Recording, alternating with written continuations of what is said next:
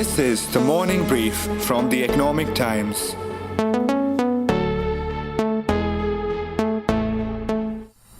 This kind of abundance will make intelligent analytics the need of the hour.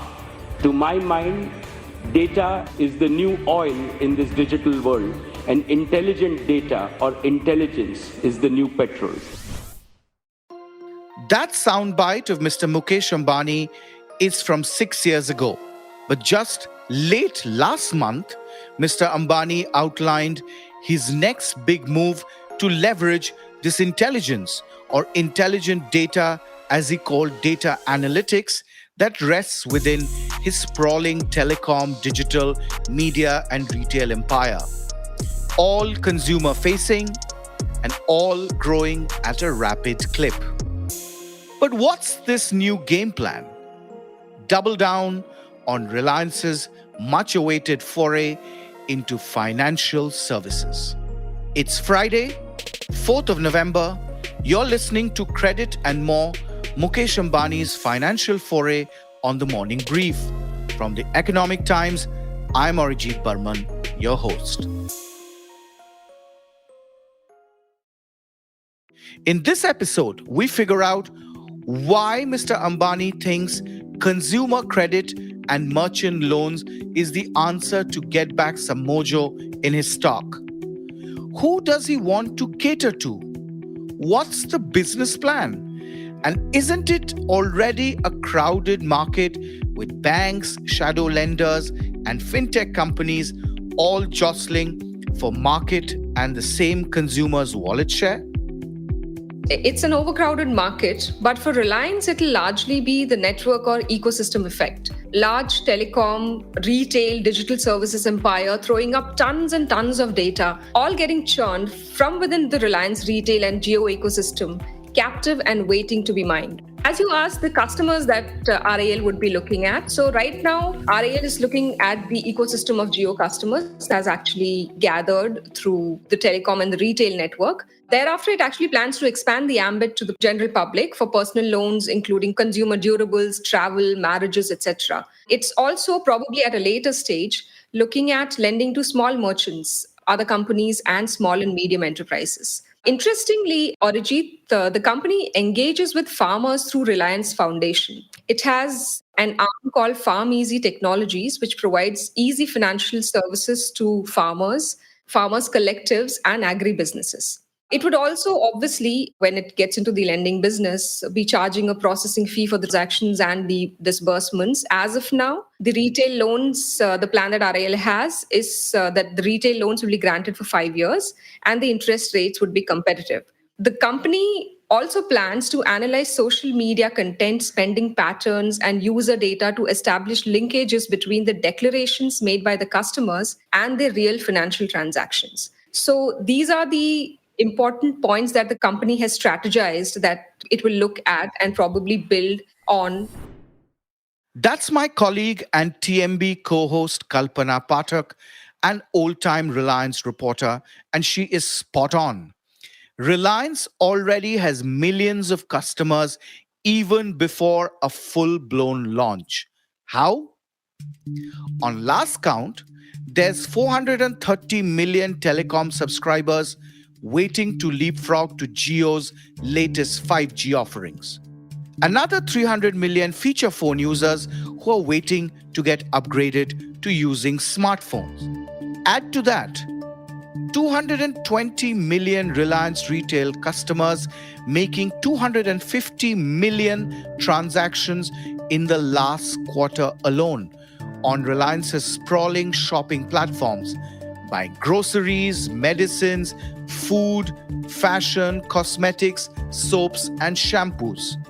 And by the way, Reliance also connects customers with 16,000 neighborhood shopkeepers or kirana stores so they can order grocery and everyday items online using Meta Platforms' WhatsApp messaging services.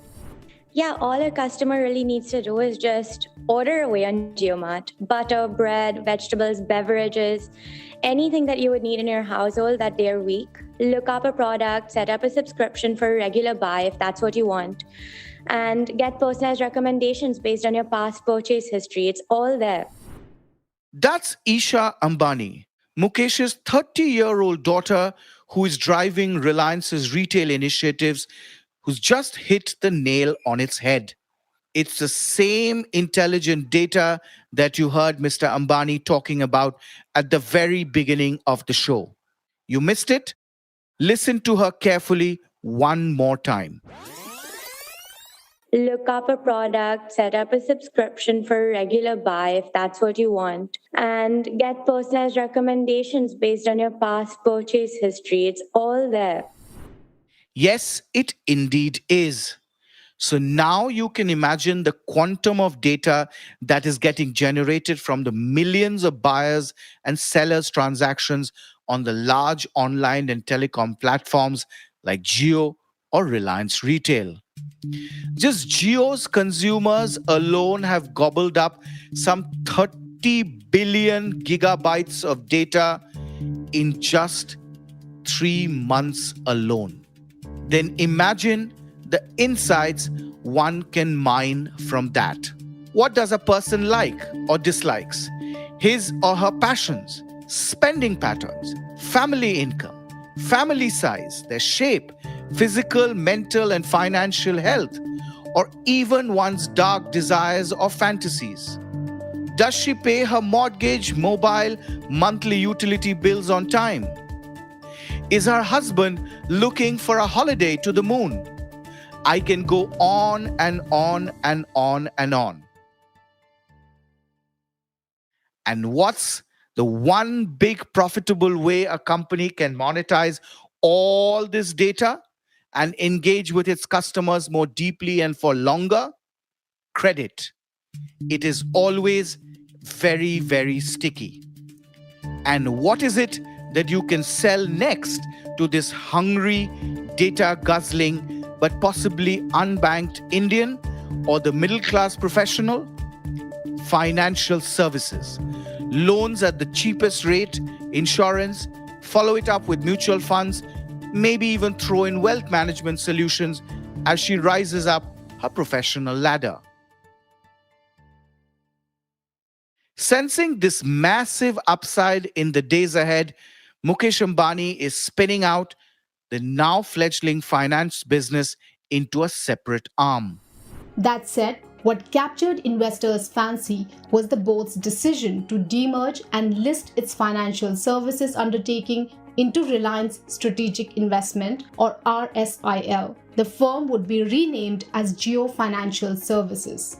RSIL is currently a wholly owned subsidiary of RIL and is a Reserve Bank of India registered non-deposit taking systematically important NBFC.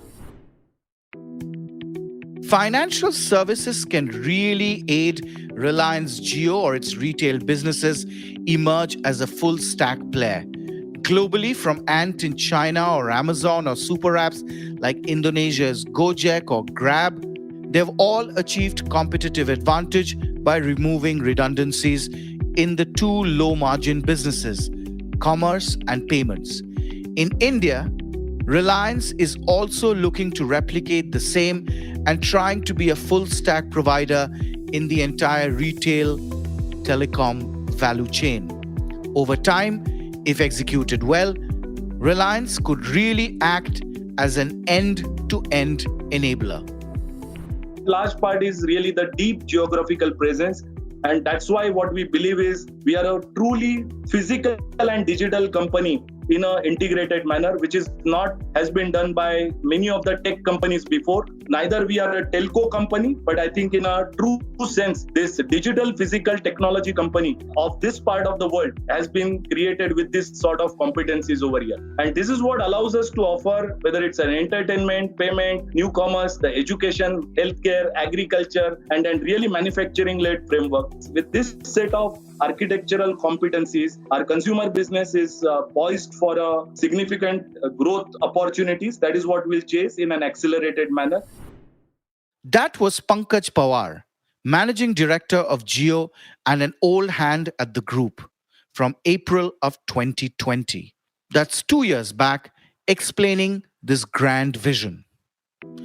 Company officials say Reliance realized almost 30 to 40% of its shoppers in retail use financing from rivals like Bajaj Finance or from banks like SBI, ICICI Bank, or HDFC to buy items from their own stores.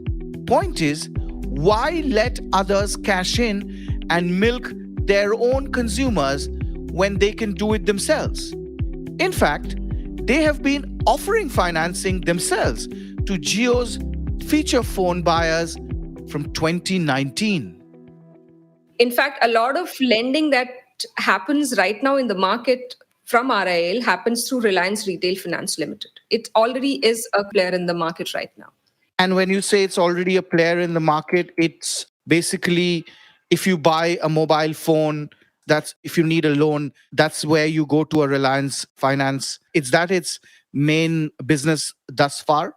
So that also actually, in addition to lending, so if I'm buying consumer durable from a Reliance digital store, for instance, if I'm making a big ticket purchase, of course, obviously RAL will either help me finance it or probably an EMI option, to change that into EMIs. So that is where this comes into place. I'm sure RAL has thought about how to leverage the Geo ecosystem as well as retail and take it to the next level through the financial services.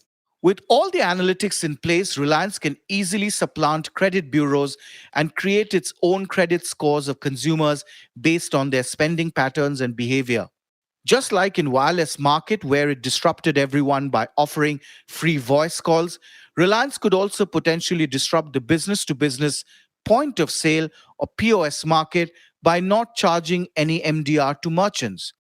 With its 200 billion balance sheet size, it can most certainly exploit the cost of capital advantage it gets from being rated a notch higher than the Indian government and subsidize this via other businesses.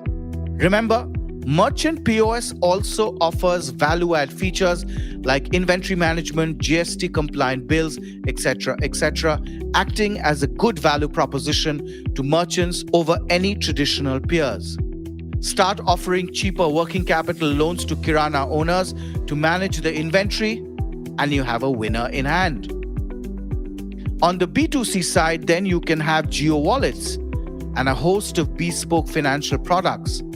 It can tie up with NBFCs, banks, and offer them analytics and earn a fee or getting to lending themselves. Securitize that lending portfolio from time to time and churn the capital efficiently. Honestly, sky is the limit, and Mr. Ambani has been dreaming of this for years. Financial services has always been very close to his heart, much like telecom. In the year 2000, there was a company that RAL actually had formed, and it was called Textile Synthetics Private Limited. It was actually renamed as Reliance Power Ventures Limited in May 2000. And a week later, it received an NBFC license from the RBI according to Care Edge ratings. And this company is called Reliance Retail Finance Limited, which is a key financial services arm right now. And he also had a JV with D.E. Shaw and as well as SBI Payments Bank joint venture, correct? Yes, you're right. This was actually in the year 2011, just after the non-compete agreement between Mukesh Ambani and Anil Ambani group was annulled. A year after that, Reliance Industries formed a joint venture with global financial firm called D.E. Shaw for broking, etc. But that actually did not take off as desired. Few years later that, Mukesh Ambani's company Reliance Industries again formed a joint venture with SBI. It was a 70-30 joint venture, as part of which Reliance was supposed to set up a payments bank. Again, that payments bank has not taken off. We had spoken earlier to SBI officials, and they said that Reliance is working and reworking its model because it's been 5 years since the JV formed and it hasn't actually made much of a headway other than tapping into RAL's own employee base. But so far, the ambitions have remained largely that, ambitions. Its joint venture with SBI, as Kalpana was just mentioning, that was inked in 2018 for a payments bank has not made much headway other than tapping into RIL's own employee base. And their 5-year agreement was supposed to end early next year. So a hard-nosed SWOT analysis is indeed key to pick the right spots. Yes, absolutely. Like I mentioned to you that right now, to begin with, this whole plan was in the works after the telecom venture came to life. And from there, RAL began expanding into every other segment. If you see, RAL is already present in education, RAL is present in agriculture right now, RAL is present in technology. So all of these actually comes together to expand the network of offerings that RAL has through Geo and retail. It already touches 20 million consumers today through its network of services. So that gives RAL a ready base to start work with. Against when it had earlier tied up with other companies, it was starting from scratch. And as I mentioned to you that they plan to disburse loan up to 5 years, they would also be charging, they have EMI systems in place. All these details, the RAL has worked out, and after that, it has announced that it would launch Geo Financial Services. So in April 2020, in the thick of the pandemic, the company said that it's carving financial services as a separate business unit and would enter consumer lending, insurance broking, mutual fund distribution, among others. RIL's aspirations, however, is not restricted to just traditional forms of finance. In 2019, Geo received an account aggregator or AA license from RBI that enables them to collect and share financial information with third parties after getting a user's consent. The information can pertain to sectors governed by the banking regulator, as well as the pension, insurance, and securities markets regulator, which is SEBI. It's exactly how things are playing out or has already played out in China, Indonesia, Singapore, or far away in Argentina. And I wanted to lean on Mohan Jayaraman at this point in time, partner at consultants Bain & Company, who specializes in analytics and fintech, to get a sense of what's happening in the region. Is Reliance really an outlier?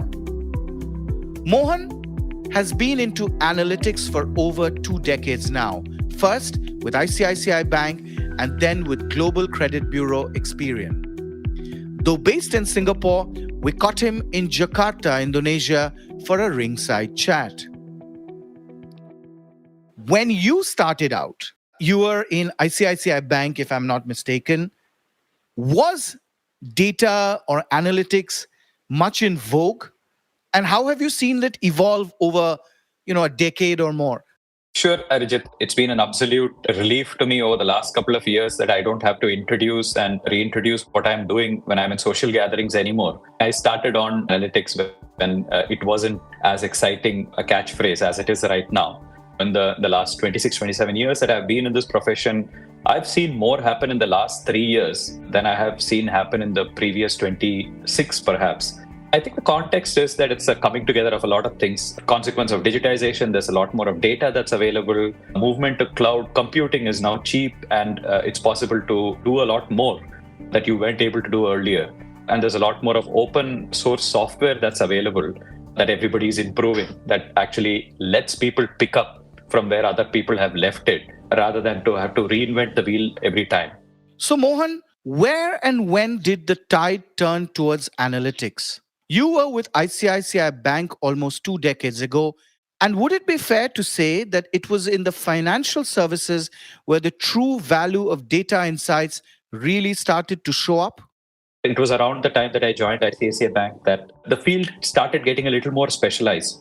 In the past, it was maybe a little more sporadically about building scores and so on. What happened in the ICICI journey was that they were acquiring a large number of consumers. And by necessity, they had to start looking at insights that they were getting on this large consumer data flow and try and make sense of it. So the best spirit of the fact that necessity is the mother of invention, they started looking at what needed to get done. A few of us stepped up and took on the mantle. And it started, honestly, as putting information together in a way where people could understand it before we started realizing that you could use it to bring insights and then move on to also being predictive with the data. Now, of course, the catchphrase is data is the new oil. So, whether it's a bank, whether it's a telecom company, a fintech company, retail company, car company, you name it, everyone wants to mine the data.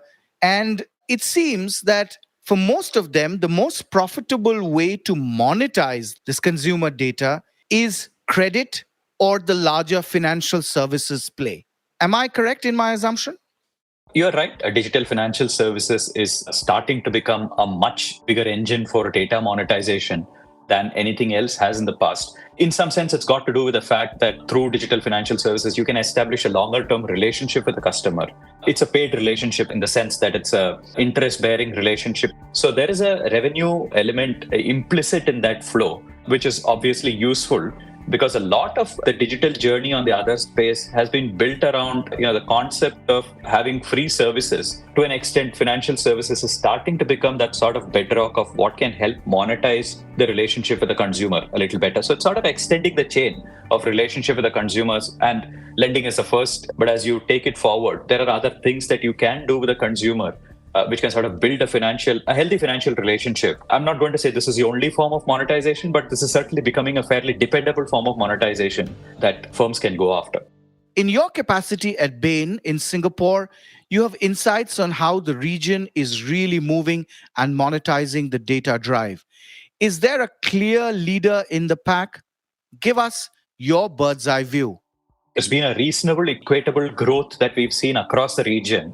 There are some forms of technology that we've seen certain parts of the region lead. For example, AI and machine learning as spaces were big investment spaces in China. For instance, there were large fintech firms there that were actually investing in that space. But I'd almost say that what India has done with the strong work that's happened in the data infrastructure that the government's built is nowhere far behind. The fintechs that are in the country are doing a splendid job of trying to use up technology on this data stack and make things live. Equally, Southeast Asia is doing a brilliant job across different countries. Within Southeast Asia, I think we are seeing some great things happen across Indonesia as a sort of second largest population pocket after India in the region, is leading the pack on things that they are doing in the fintech space in terms of utilizing the data and building something that's credible. Absolutely. But so when you talk about Indonesia, Gojek comes to mind, Singapore, Grab comes to mind. Who are the other such players that would be on the top of your head if I say who are monetizing their customer data and using it for their fintech play? So there are categories of players. We are seeing, for example, digital banks like Jago, etc., that are doing some work in the space. We are seeing, of course, the super apps in the spirit of Gojek and so on. There is Tokopedia, there is Bukalapak, there are other players who are certainly doing a lot in the space. There's Shopee, there's Lazada. I mean, all of these people have plays that are extending slowly into the finance sphere in one way or the other. I mean, it's either been BNPL that sort of helped make their first foray into financing, or it's been some collaboration of the new digital banking licenses that are coming out, where they are participating with other players to make a play in this space. So I think it's a combination of plays, but there are fairly large firms.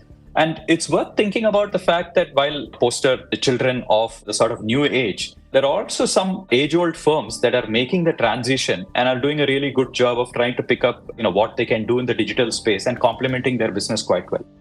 Correct. Singtel, for example, in Singapore has tried up with Grab, and they want to increasingly focus on this whole digital play, whether it's fintech or whether it's moving beyond telecom. And in India also, I mean, the reason why we are having this conversation, Reliance, which has always had ambitions to become a large player in the financial services play, because they look at telecom and retail as an integrated play and look at it as a digital play. I was just reading their recent press release, which made this announcement, and it said a very interesting point. It said that they would like to supplement the traditional credit bureau-based underwriting using analytics. Can players like Reliance supplement credit bureaus who have been in India for long? And do you think that that's really possible? And these telcos or retailers or other these fintech players actually will have more competitive data on credit worthiness than bureaus, which will have more static data or episodic data? I think banking data is a really good source of predicting consumer behavior. So if you take a step back and think about lending, the act implicitly requires you to figure out, who to lend to. One of the things that we find with alternate data is the means of picking up some of these new signals from that data that might be attributable to figuring out how well the customer might potentially pay. So, for example, telco data is getting used not just in India but throughout the region in building credit profiles for consumers, and we've seen that work quite well. In fact, for me, who was from banking, it was a absolute moment of epiphany when I saw the first telco scores that we made and realized that they could have predictability that was equivalent to what we saw in the traditional bureau space. So the reality of our region also is telco penetration is much higher than banking penetration. As a consequence, telco data is much bigger than banking data at this point. So to your point, I think, or maybe to Reliance's point as well, I certainly think that there's play there and complementarity in what they can do to help build this whole space. Because I was told that, that these successful fintech platforms, they draw upon what is called the DNA loop, which is a shorthand for data, network, and activity. Right. And the digital trail that users, whether shoppers or, telco users, leave behind on an e-commerce or social media or a telecom, that can be used to, bind them into a strong network.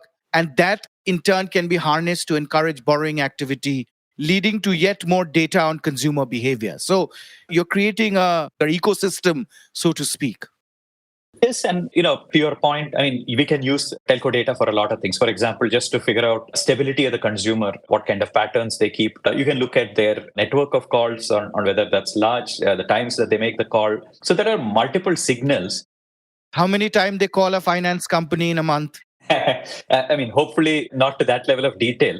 Which actually, though, brings an important point, Arijit, which is, I think all of this also brings to the fore, consumer data privacy regulation that has to be looked at in parallel. It's also something that can get into the privacy destroying zone fairly quickly if we don't keep tab of it. And then with this data, for example, you can go either to an NBFC or a bank and share the data and earn a fee, which I think Reliance is what is planning to do, or what they're also planning to do is lend from their own balance sheet. Fair. Or even securitize portfolio once, a portfolio gets built so that they can revolve this credit on their balance sheet. So you could do a lot really, with this. That's true. I'd say that there are a lot of players who are already playing in the space, but obviously the fact that an entity that's also into the telco space is looking at lending will bring in synergies that I think can be used quite productively, both in terms of providing information to existing lenders and perhaps also to build their own book. Correct. In your experience so far in Asia, where it's been tested out successfully or for a much longer period, is it largely the unbanked who are coming onto these newer platforms that are offering fintech services like telcos and retailers, or even HNIs or, wealth clients? They are moving on to, these new age companies with their new age offerings, and joining the bandwagon. The additional data will give you more insights, obviously, more to the bottom of the pyramid players. Having said that, so the way to think about this is if you think about the natural income pyramid, the top of the pyramid, alternate data will add more information value to. I'd sort of argue that if these people are already banked well, what you can get by way of additional insights, another 5% or 6% lift, as you would call it, on top of the insight that you already have on them. At the bottom of the pyramid, this lift is much more significant. In many cases, it might be beyond a lift in the fact that you wouldn't have data on them in the traditional system. The lift is quite substantial. Now, if you add it to the fact that in a country like India, with the income growth, many of these people will enter the mass market and then on the mass affluent market. There's that natural way of getting these people to enter your system and getting them to enter the financial system and helping grow with them, which I think is an opportunity. Correct. So would you say that what is more important is actually getting the privacy laws in place, because lines are getting fused, businesses are getting more confused? What is telco and what is a fintech? What is a bank and what is a retailer? It's all fusing into one mega digital play. I think, 2 or 3 lenses to look at this through. One is fundamentally consumers' data privacy. and making sure that that's something that's getting looked at, especially in countries like in India, Indonesia, where a lot of these people might not be very well educated on credit health in the first place, since they are just entering it. So it's very easy for them to give consent and give away their data without even understanding what they are giving. I think the other part to this is also making sure that there are data regulations in play, data security regulations in play within the organizations to make sure that this information that's held by them is held in the right way and that they are acting as custodians of this data in good faith. So I would think that you would see regulatory interference, if I can put it that way, interventions, if I can put it that way, on both of these areas, and rightly so. I think the regulators should be getting into this space, just given the rising importance that this has. So, last question. I mean, Reliance has obviously, started way back in 2015. It is only now that they are seriously thinking of ramping it up. What are the things they should be careful about? What could potentially be the areas that Reliance needs to be wary of, careful about as they double down and, scale this vertical? My view, Arijit, it's something that new players will have to be conscious of, the sort of a regulatory overlap and making sure that they are staying in the right place from a regulation standpoint. I also think the reality of the new world is that success is not necessarily permanent. Certain models that you might have in play might be good play for a while. I don't think you can take it for granted that anything that you're building is going to stay forever. I think the consumer has also got more choice today, which is great. And I think that's the right order of things. But that puts a pressure on the business models to make sure that you are staying nimble and looking at the frontier, disrupting yourself and not necessarily getting stuck to a model that might not hold you in good stead for time to come. One of the realizations with the fintech world over the last few years is scale by itself is not something that gives you the moat. You might need to look for financial prudence as something that will also need to be looked at. Like I said, I don't think I'm talking about an institution when I'm talking about this. I'm talking about this more in the spirit of learnings that the industry has had. And any player, Reliance or otherwise, will do well to look at these caveats as they are looking ahead. And I'm sure everybody is as aware of this space and all the things that have gone right and wrong in this space. And I'm sure they will keep it in mind as they are looking ahead.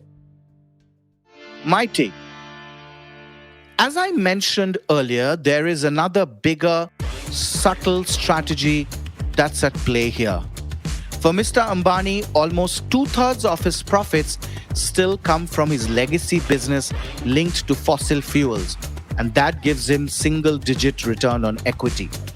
Which is why several Reliance watchers say it's important to have a new growth avenue and shift at least 10 to 15% of profits in these new growth areas like financial services.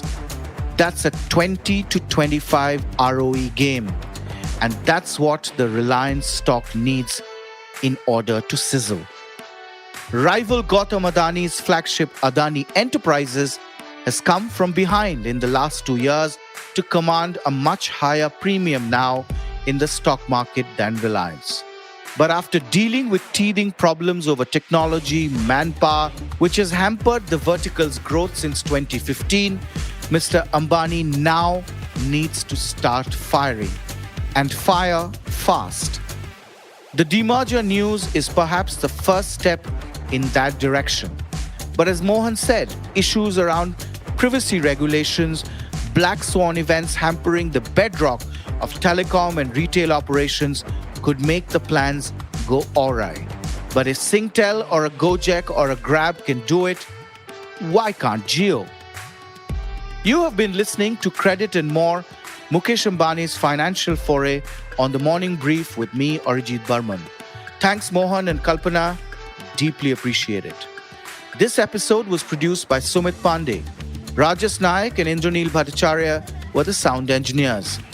Executive producers, Anupriya Bahadur, Anirban Chaudhary, and yours truly. We hope you liked this episode. Do share it on your social media networks. The Morning Brief drops every Tuesday, Thursdays, and Friday and is available on Spotify, Apple Podcast, Amazon, and Google Podcasts, as well as JioSaavn. Do tune in to ET Play, our latest platform for all audio content, including the morning brief. The Economic Times is coming up with more podcasts. Do listen to The Business of Sports, our latest show on the economics and dynamics of the Indian sporting world. The first 3 episodes are already up on all the platforms for your listening pleasure. More interesting stuff is coming up. Watch this space and stay tuned. Have a great weekend, everyone. Goodbye and good luck. All clips used in this episode belong to their respective owners. Credits given in description.